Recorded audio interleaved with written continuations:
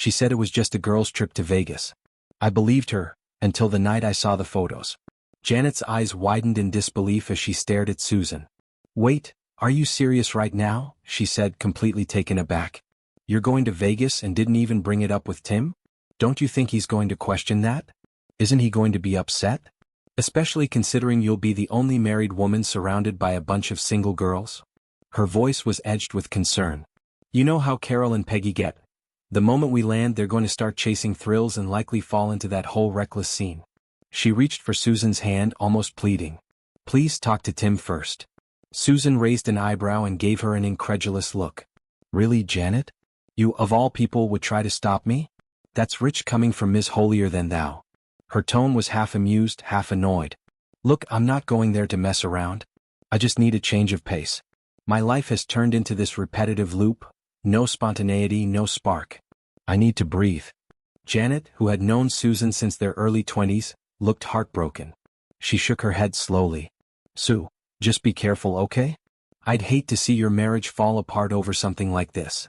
Susan laughed bitterly, but it didn't quite reach her eyes. Marriage? She repeated, almost spitting out the word.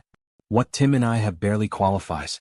We've been together for over 22 years, and I don't think I've ever seen him truly passionate about anything. It's like living with someone who's emotionally numb. Janet leaned forward, her expression shifting from judgment to concern. What happened to you, Sue? I thought you really loved him.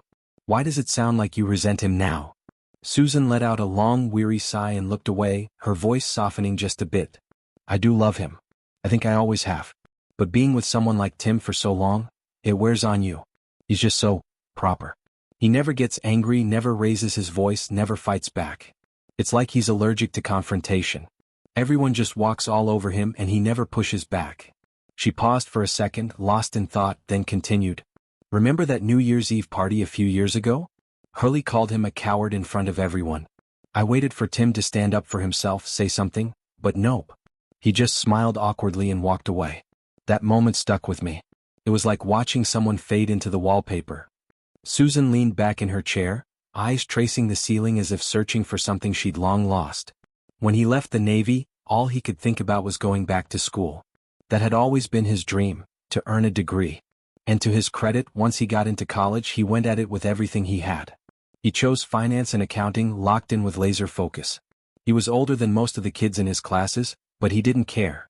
While others were out partying, Tim was buried in textbooks, studying until his eyes burned. It was admirable, but also lonely. That fire he had for school? It never extended to us. She glanced back at Janet with a sad sort of smile. Sometimes I wonder if he ever really saw me in all those years. Or if I was just part of the structure, part of the routine. Like his morning coffee or his neat stack of reports. Susan crossed her arms and leaned back in her seat, her expression weighed down with disappointment. Sometimes I really wonder if you even love me, Tim, she said quietly, her voice tinged with sadness. It's like you expect me to be some saint, some flawless woman with no real needs, no desires, no human impulses. Like I'm supposed to play the role of Mother Teresa while pretending I don't have feelings of my own. Tim's eyes widened as he raised his hands in a gentle, defensive gesture. Hold on, Sue, he said, trying to calm her. That's not what I meant. You've misunderstood me. He took a breath, searching for the right words. Back when I was in the Navy, those 4 years, I met women, sure, but most of them weren't, well, they weren't exactly educated. I guess I developed this habit of being extra cautious. I wanted to treat you differently. With respect. The kind you deserve. He looked at her, hoping she would understand, but Susan's expression didn't soften. Around the time their daughter Amanda turned 12, Susan had made a big decision. She left her job and chose to become a full-time mom. It wasn't something she rushed into. She thought long and hard about it, and in the end, Tim had fully supported her choice. He had a stable career and it made sense at the time. Tim had been working at the same company for over 2 decades. He climbed the ladder steadily, eventually becoming a senior account manager, and the salary was more than comfortable. Just recently, a new position opened up, vice president. It was a big deal, and Tim saw it as the natural next step. He believed he had put in the work, built the relationships, and proven his worth. In his mind, the promotion felt within reach. But what few people knew was how much of himself Tim had reshaped along the way. After leaving the Navy, he made a conscious decision to reinvent who he was. He had seen enough cruelty, emotional, verbal, even physical, to last a lifetime. He didn't want to carry any of that forward into civilian life or into his marriage. So he made a promise to himself, to eliminate every trace of aggression in him. He wanted to be gentle, calm, composed. And for someone like Tim who already leaned toward kindness, the change came naturally, at least on the surface. But deep down there was a part of him he had buried. A darker, more primal side that he was determined never to let out again. Now, sitting across from Susan and hearing the edge in her voice, he started to question whether he had gone too far. Had he stripped away too much? Had he become so inoffensive, so passive that he lost her respect? Their recent conversations, especially ones like this, left him shaken. Susan had become more impatient over the years. Her words cut deeper, and her tone often carried a sharpness that caught him off guard. When they argued, it wasn't just disagreement, there was contempt in her voice, and Tim felt it in his chest like a slow burn. He dreaded conflict, but lately their communication felt like walking through a minefield. He knew things hadn't been good between them for a while. Still, facing it out loud, seeing her look at him like she was already halfway out the door, terrified him. Tim had always been aware of one of his greatest internal struggles: his temper. In his younger years, it flared up more than he liked to admit. So over time he trained himself to manage it, to stay calm even when situations pushed his buttons. It became almost second nature to back away from arguments and dodge confrontations. But in doing so, he also created distance between himself and those closest to him. He could feel it clearly now. The connection he once shared with his friends had faded. They had drifted, each moving in different directions. The memories of their last real gathering, a New Year's Eve party that ended with awkward silences and uncomfortable moments, still lingered in the back of his mind. But rather than dwell on it, Tim simply shook his head and pushed the thoughts away, trying to stay focused on the present. That evening, over dinner, Tim brought up something that had been on his mind. "I had a chat with John Cook today," he said, carefully watching Susan's reaction. She barely looked up from the TV. With a wave of her hand, she dismissed the topic like it was old news. "Not surprised," she said flatly. "John always finds a reason to call you." Then just as casually, Susan shifted gears. She began talking about her upcoming girls' trip to Las Vegas, flipping between bites of her food and glances at the sitcom playing on the screen. Her tone was light, almost careless, as if she were discussing a routine grocery run rather than a week-long trip.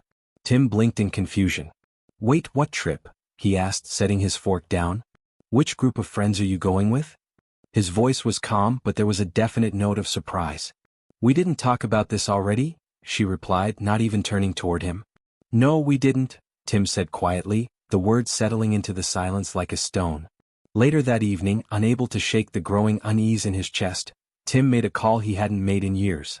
The automated voice on the line crackled through. "Would you like to leave a message?" "What's going on?" the voice prompted again. Tim, now leaning forward in his chair, insisted, "Please just try to reach him." The call connected after a long pause. A low, familiar voice finally answered. "Hello? Ron Smith speaking." "Hey Ron, it's Tim." "Tim Burns," he said, speaking low and slow, like the words carried more weight than usual. There was a beat of silence. "Well, it's been a long time, man," Tim added, his voice warm with nostalgia and concern. "How have you been?" He didn't waste too much time with pleasantries. After catching up briefly, Tim dove into his situation, explaining what had been going on with Susan, her distant behavior, and the sudden trip she'd planned without mentioning a word to him. "I don't care which hotel she said they were staying at," Tim told him. "We'll figure it out. I just need someone I can trust to help keep an eye out, and keep me posted." Shortly after that call, another old friend, Sam, reached out to him. When Tim answered, Sam's voice was gruff at first. "It's been what, 8 years? I've been wanting to catch up, and now you call out of the blue. You better not be in trouble." "I'm not looking for trouble," Tim replied with a tired smile, "just trying to stay ahead of it." Sam softened. "You still working for the same firm?" Tim chuckled. "Still climbing the ladder, but I haven't reached the heights you did." Sam's voice turned warm. "It's really good to hear from you, Tim. Too long, man. Way too long." "I feel the same way," Tim said warmly, hearing the emotion come through in Sam's voice. "We really ought to keep in touch more often. Back then we were like brothers, close-knit, always looking out for each other." As their conversation deepened, Tim shared a bit about his recent path. "I went back to school and earned a master's in business management," he explained. "Graduated from Wharton, actually." There was a short pause before he added, "But honestly, I didn't chase it for money. My biggest goal has always been to find work that leaves room for my kids. I want to be present.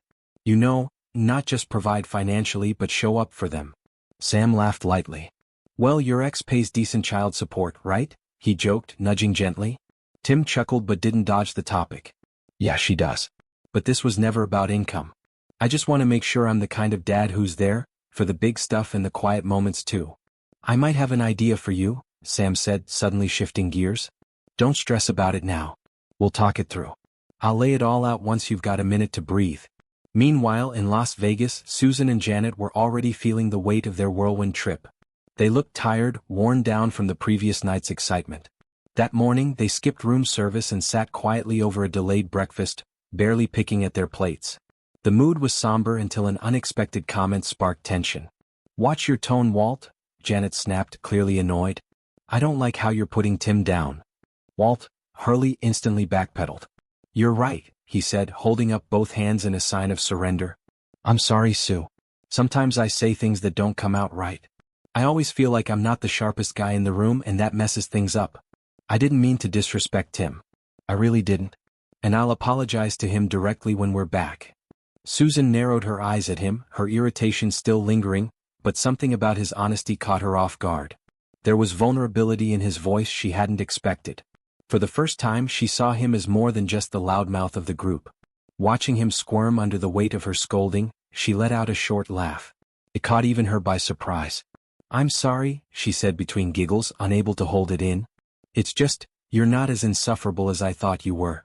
Hurley grinned sheepishly. You're full of surprises yourself, he said. Then quieter, almost reverently, he added, you really are something else, Sue. You light up a room when you walk in. It'd take a saint not to notice. She felt herself blush slightly, flustered but intrigued. The two of them moved toward the dance floor again later that evening, swept up in the rhythm of the music. The tension between them softened, replaced by a strange mix of comfort and curiosity. But as they swayed under the soft glow of the overhead lights, Susan couldn't help but feel a tug inside, something she hadn't felt in a long time. A part of her wanted to let go and enjoy the moment, but another part whispered questions she wasn't ready to answer. She leaned into Hurley slightly, letting herself feel seen, for the first time in what felt like ages. A crushing sense of loneliness washed over Tim like a wave he hadn't seen coming. Sitting alone in the quiet of the house, the reality finally sank in. Susan, the woman he had given his entire adult life to, had betrayed him.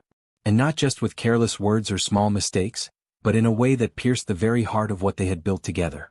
He had loved her deeply, still did in some strange way, but now that love twisted painfully in his chest. In the beginning it was all confusion and disbelief. But slowly that confusion gave way to something hotter, darker. Anger. That anger found a target in Hurley. Tim's mind began to drift down a path he never imagined he'd take. Vindictive thoughts crept in, cold, calculated scenarios of how he might destroy Hurley's reputation, expose his lies, strip him of the smugness Tim now couldn't stand. The kind, composed man he'd spent years becoming seemed to crack beneath the weight of it all. But just as the rage began to boil over, Tim pulled himself back. He recognized the man he was becoming, and he didn't like him.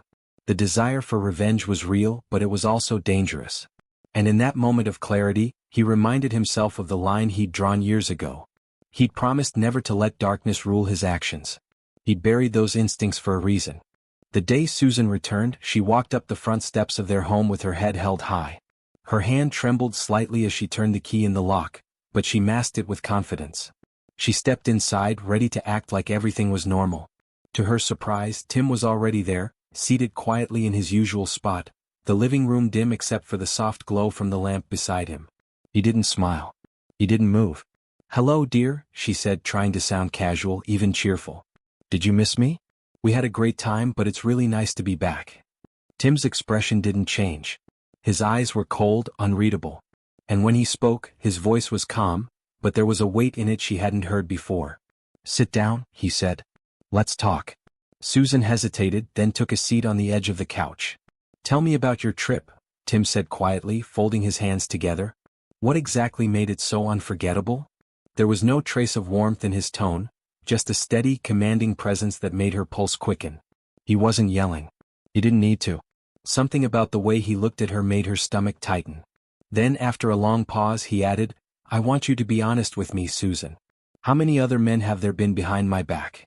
How many times have you chosen to betray our marriage? I'm asking you now because I want the truth." Susan's face paled. Her hands gripped the edge of her seat, and her thoughts scrambled for footing. How much does he know? Was he bluffing? Or had someone told him everything? Fighting back the panic, she lashed out, hoping to turn the tables. "This is insane," she snapped. "You're delusional. How dare you accuse me of being unfaithful? You pathetic man, you think you know everything but you don't.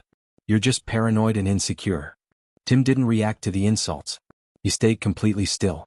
"You're right, I may not know everything," he replied evenly. "But I know enough. And for the record, this isn't just about Hurley, though he certainly didn't help. This is about trust, Susan. It's about loyalty. You knew how much those things meant to me. And you broke them." His voice didn't rise, but every word hit like a hammer. "I built my life around loyalty," Tim said, his voice low but steady. "I believed in it. I held on to it like a compass. And you chose to throw that away." He looked at Susan, not with rage but with something far heavier: disappointment. Without loyalty there's no trust. And without trust there's no relationship, only a memory of one. He paused, giving her a moment to absorb it before continuing.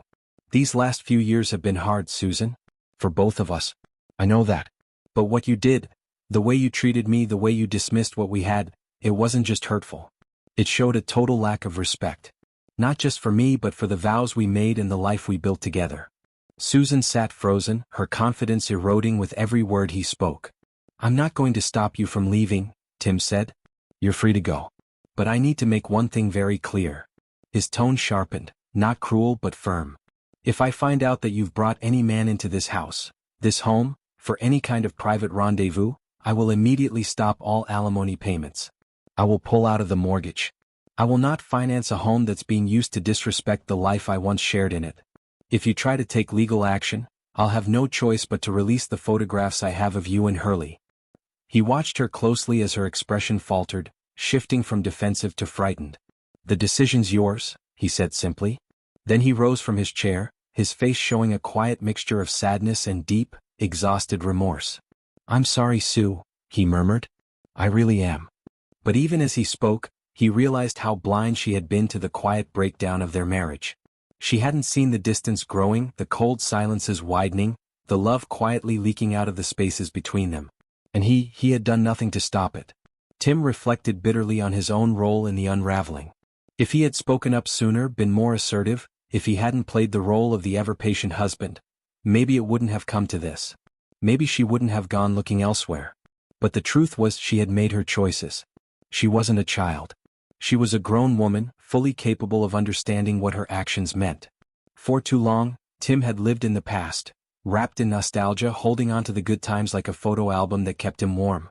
But now it was time to let go, to look forward. The tension boiled over again later that week, during an unexpected run-in with Walt Hurley. "I can't believe she'd waste her time with a pathetic man like you," Hurley sneered, his voice full of smug contempt. "She must have been desperate." Tim didn't flinch. He met Hurley's stare calmly, unmoved. "You know," Tim said coolly, "at least an adult toy can be turned off when it gets obnoxious." The comment hit like a slap. Rage flushed through Hurley's face and his fists clenched. "You arrogant little punk," he growled. But Tim didn't move. His calm silence was more disarming than any insult. In that moment it was clear, Tim wasn't the same man he'd been just weeks ago. The quiet, passive observer was gone. What stood in his place was someone sharper, stronger, clear-eyed. "You're going to learn to respect your superiors," Hurley growled, fury burning in his eyes. Without warning he lunged at Tim. What happened next unfolded so fast it caught everyone off guard. In one swift moment, Hurley lost his balance and went crashing into the table behind Tim. The wood cracked and gave way beneath his weight, collapsing with a thunderous clatter that silenced the room. By the time he scrambled to his feet, a new surge of rage coursed through him. His face was flushed, eyes wild. But beneath that fury was something deeper, a frustration he couldn't quite name, maybe even shame. He didn't know exactly what had triggered him so deeply, and perhaps that was why it burned so fiercely. He avoided examining it too closely. He just didn't want to face it. The truth was, Hurley carried his own burdens, ones he had never spoken aloud. The sting of a love lost, the emptiness of a life lived more for bravado than connection. These were the things that haunted him when the crowd had gone home and the noise died down. Still, amid all that chaos, something had shifted quietly in Tim's life. A few weeks later, after much thought and hesitation, he found the courage to ask Pam out to dinner. She was intelligent, kind, and graceful in a way that felt rare. And next to her, Tim began to feel something he hadn't felt in years: genuine affection. A quiet sense of being seen. Pam didn't fill a void, she simply brought light to the parts of him he thought had gone dim forever. With her, Tim was reminded what it meant to be appreciated, to be loved for who he was. As for Susan, her life took a far different turn. The once confident woman now found herself navigating her days alone. After the separation, the comfort she'd once taken for granted disappeared. Bills came. Decisions had to be made. She had to search for a job, something she hadn't done in years, and the weight of starting over at her age wasn't easy. There were no girls' trips. No laughter. Just quiet evenings with her thoughts. Meanwhile, another figure entered Tim's life: Drew. He was an unusual presence at first. Calm, introspective, and reserved, Drew didn't fit the usual mold. Especially not for someone in his profession. While others in his circle sought the spotlight, Drew preferred the edges of the room, watching interactions unfold like a careful observer of human behavior. He rarely initiated conversation with strangers, but if approached, he welcomed it. He had a quiet confidence that made people feel at ease. That night, at an event Tim and Pam attended, Drew spent much of the evening on the dance floor, fluid, graceful, changing partners without a hint of arrogance. He wasn't flashy. He didn't need to be. And in that presence, Tim felt no insecurity, only quiet admiration. "I never questioned your dedication to us," Tim thought to himself, his chest tightening. Not until today. But something had shifted, suddenly, undeniably. The very foundation of their relationship had cracked in a matter of hours. And no matter how hard he tried to make sense of it, the reality was impossible to ignore. The illusion was gone. In the dim haze of a nightclub filled with flashing lights and pounding bass, Susan stood out, eerily calm. There was something almost surreal about how composed she looked amidst the chaos, like she didn't belong to the noise or the crowd. As people danced and shouted and lost themselves in the music, she looked untouched by it all. Across the room, Brittany, her longtime friend, watched with a faint smile of satisfaction. Things had gone better than she'd expected. Whatever doubts she once had were now gone. This trip, this night, it all unfolded exactly how she had envisioned. She let the uncertainty of tomorrow fade into the background and focused entirely on the moment she had crafted. With a seductive smirk, Brittany locked eyes with a man she'd been dancing with earlier. She didn't know his name, not really, but the way they'd moved together on the dance floor still lingered in her memory. Without saying a word, she rose from her seat and walked toward him, her intentions clear. Until that moment, she hadn't considered the idea of crossing a line with Drew. The thought hadn't even entered her mind. But tonight was different. Tonight felt like the start of something new, something bold, maybe reckless, but hers. Meanwhile, Drew was standing in the hallway of the hotel, silently facing a crossroads of his own. He considered leaving a note. Just a brief message explaining his absence. But in the end he decided against it. Without a word, he slipped out of the room, the door closing behind him with a heavy echo that seemed to signal more than just a physical departure. It was a farewell to a chapter of his life that no longer fit. He walked down the long, quiet corridor toward the elevator. But just before he reached the lobby, a sudden thought struck him, one that made him stop in his tracks. Something didn't sit right. He turned and approached the reception desk, worry etched into his face. "Excuse me," he said, leaning forward slightly. "Can you tell me how things are going with my—" He stopped himself mid-sentence. "My wife's case. Has there been any movement on it?" The receptionist glanced down at the system, but before they could respond, a familiar voice cut through the air behind him. "Hi, Drew. How are you?" He turned sharply, stunned. It felt like a jolt of electricity ran through him. There she was, Courtney. He hadn't seen her in years, and now, suddenly, she stood in front of him like a ghost from a life he thought he'd left behind. "Courtney?" he said, blinking in disbelief. "What are you doing here? Why would you come to a family law seminar?" She gave him a half-smile, her expression unreadable. "I'm not here for the seminar," she said. "I'm here for something else." "Please have a seat," Drew said gently, motioning toward the chair across from him. Courtney hesitated for a moment, visibly stunned, her eyes wide and her mouth slightly open as if trying to find the right words, or any words at all. Then slowly she sat down. Sarah, watching the exchange carefully, stepped in with a quiet but firm voice. She's really coming to us, in just a few weeks, she said, her tone serious and unwavering. This isn't something we can ignore, Drew. You and Courtney need to talk. Really talk. No hiding behind pleasantries this time. Her conviction left no room for argument. Drew nodded, the weight of her words settling over him like a blanket. He lowered his gaze to the two tiny beings curled up in his lap, his daughters. They had no idea the world around them was shifting. To them this was just another evening. But to Drew, this moment carried the gravity of an entire life unfolding. As night fell and the girls finally drifted off to sleep, the room quieted. Sarah looked across the space at Drew, her eyes soft but expectant. Do you want to say something to her? She asked. Or is there something you want to ask? Drew took a deep breath. Sometimes, he began slowly, I genuinely feel like I'm making a difference. Maybe not in the grandest way, and sure, I don't drive a fancy car or live in a high-rise condo overlooking the lake, but I've never felt more fulfilled. He paused, his voice dropping to a whisper. This life, raising them, giving them all I've got, it gives me a kind of peace I never had before. Sarah tilted her head. Then why now, Drew? Why entertain any of this with Courtney? He hesitated, then finally answered. Maybe I'm not sure. Maybe I just want answers that I never got. Sarah nodded solemnly. Then you should ask her. Not for closure. For understanding. Just then Drew's phone buzzed. He answered quietly. I'll come as soon as I can, Courtney's voice said from the other end. I'm bringing my whole family with me. I'd really like to introduce them to you. Joyce is staying with me now and she wants to meet you and your kids. Tomorrow? Drew asked. Yes. Let's meet tomorrow. But before he could reply, the line went dead. Their conversation had ended abruptly, like so many others in their shared past. Unfinished, unresolved. Exactly 1 week later, on a crisp, quiet Monday morning, Courtney's memorial service was held. She never made it to that meeting. True to his word, Drew arrived at the service with his children and Sarah by his side. The chapel was nearly empty. A few rows of chairs, a modest floral arrangement, and a photograph of Courtney from years ago, smiling, radiant, untouched by time. There were painfully few people in attendance. It spoke volumes. Drew stood quietly, absorbing the stillness of the room, the heavy silence that only loss can bring. He didn't cry. Not then. But something inside him shifted, like a door closing gently, finally. And as he looked down at his daughters, who held his hands with complete trust, he realized that whatever answers he'd been searching for, they no longer mattered. What mattered now was the life ahead. Later that evening, Drew carefully brought up something he'd been avoiding for days, the letter. He spoke with calm restraint, his voice low and thoughtful. It's addressed to me, he said, almost hesitating. But I was thinking, maybe we shouldn't read it at all.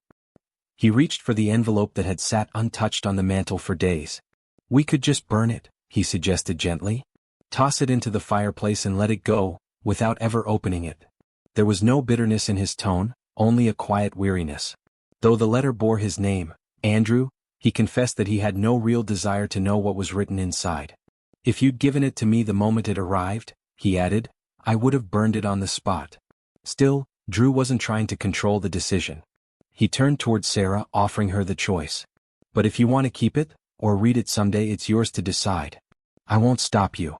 He glanced at the sealed envelope once more and added with hesitation, I just worry that reading it will stain the memories we've managed to preserve. Remind us of the changes in her, of how far she drifted away from who she once was.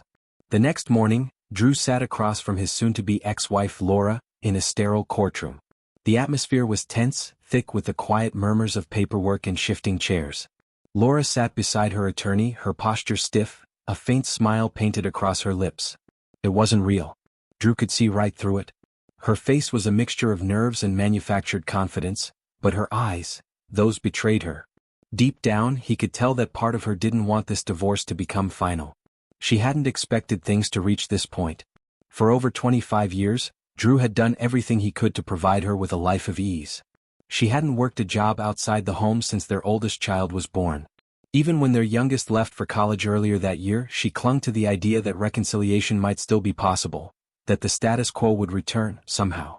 But for Drew, something had shifted permanently. The silent distance that grew between them over the years had become too wide to ignore. At that moment, a loud creak echoed through the courtroom as a side door opened.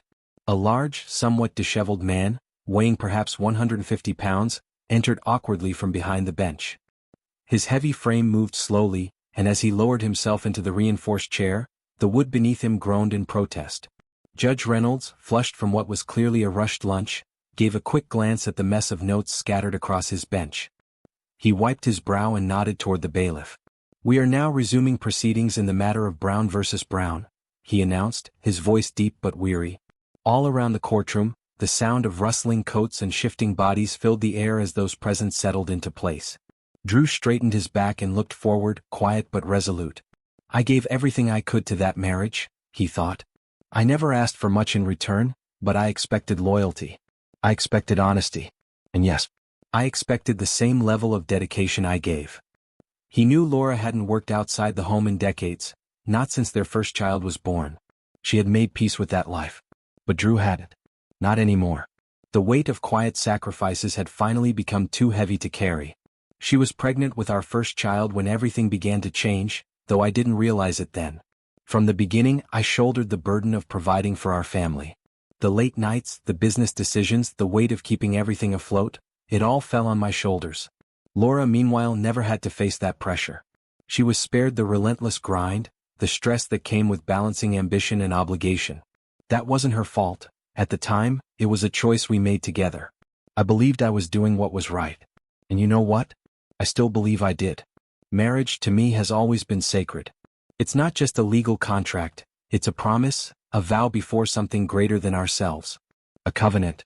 We stood before a representative of that revered institution and solemnly declared our love and responsibilities to one another.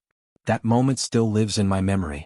Things took a turn when I received word that Laura's lover, yes, the man I later came to know by name, was nearby. Against the advice of my attorney and friends, I ignored Laura's request to keep things civil, and decided to confront him. When I arrived, he was in mid-conversation with her, smug and oblivious. I didn't speak, I didn't need to. The moment he saw me, irritation flickered across his face. But that quickly dissolved into fear. I shoved him. Not out of blind rage, but out of a boiling frustration that had been bubbling inside me for years. He stumbled, lost his footing, and fell hard down the stairs. The damage was worse than I intended: bruised ribs, a fractured collarbone. I handed his phone and wallet back without a word. The man waiting in the living room must have heard the commotion. When he saw me standing there, face stern and silent, he vanished without hesitation. He didn't even bother to close the door behind him. Back in court, the legal counselor tried to keep his tone neutral, but his words were drenched in judgment. "Mr. Brown," he said, folding his hands neatly, "you must understand, we are not here just to dissolve a marriage. We are trying to ensure your wife's financial stability, and perhaps, if you're willing, to preserve the bond that still exists between you." His gaze was sharp. "Your wife still hopes this can be salvaged. She wants to hold you again. To rebuild." I didn't reply. But he wasn't finished. "If you continue to ignore the counseling sessions I've recommended, and if you insist on evading your marital responsibilities, I will ensure that the financial outcome of this case strongly favors your wife. The settlement I will seek on her behalf will far exceed what your legal representative has suggested." I could feel Laura shift slightly in her chair beside her attorney, still composed but tense. Eventually, the formalities were concluded. "If the terms remain as generous as previously stated," Laura's lawyer said crisply, "we are prepared to move forward and finalize the agreement." Moments later, Judge Reynolds leaned forward, removed his glasses, and delivered the final words that closed a chapter 25 years in the making. "I hereby declare the marriage between David and Laura Brown dissolved," he said. "The dissolution will take effect in 30 days. And then, with the loud strike of the gavel, it was over. We all rose from our seats, the sound of rustling papers and chairs filling the courtroom as Judge Reynolds prepared to exit. Meanwhile, across the room, the man who had been sitting near the wall struggled to get up. He shifted awkwardly, dragging himself to the side, and his chair gave a groaning sigh of relief beneath him. As I turned to gather my things, my eyes flicked toward Laura's desk. She was quietly packing her documents, her lawyer murmuring something to her in a low voice. There was no more fight left in her eyes, just a tired acceptance. Despite everything that had happened, there was someone I still looked forward to seeing. Lucy. The moment the paperwork was filed and the legal formalities were complete, I didn't wait. I called her. To my relief, she answered right away. "I'm free right now," she said cheerfully. "But I do have a business engagement at 7. Knowing about her tendency to unwind with a drink in the evenings, I figured we'd have a quiet moment before she had to leave again. I wanted that moment to feel simple and real. No drama, just peace. When we were finally together later that evening, I waited until we were lying side by side before reaching for the wine. Still fully dressed, I stepped into the small kitchen, opened the fridge and pulled out a bottle I'd been saving, an expensive one. I brought it back with 2 glasses in hand. Lucy's laughter rang through the room as she took her first sip, light and joyful. The atmosphere was warm, familiar, a reprieve from everything I'd been carrying. I reached out to hold her, content to let the world fade around us. But then something unexpected happened. Someone barged in, uninvited, furious. He tried to pull Lucy away from me. I stepped in, but before I could react, he slammed his elbow into her, knocking her down. I let him hit me once. I needed that moment to collect myself. Then, quickly and with controlled force, I brought him down with a single knee to the gut. Unbeknownst to him, the entire incident had been caught on a camera Lucy had installed in the room for security reasons.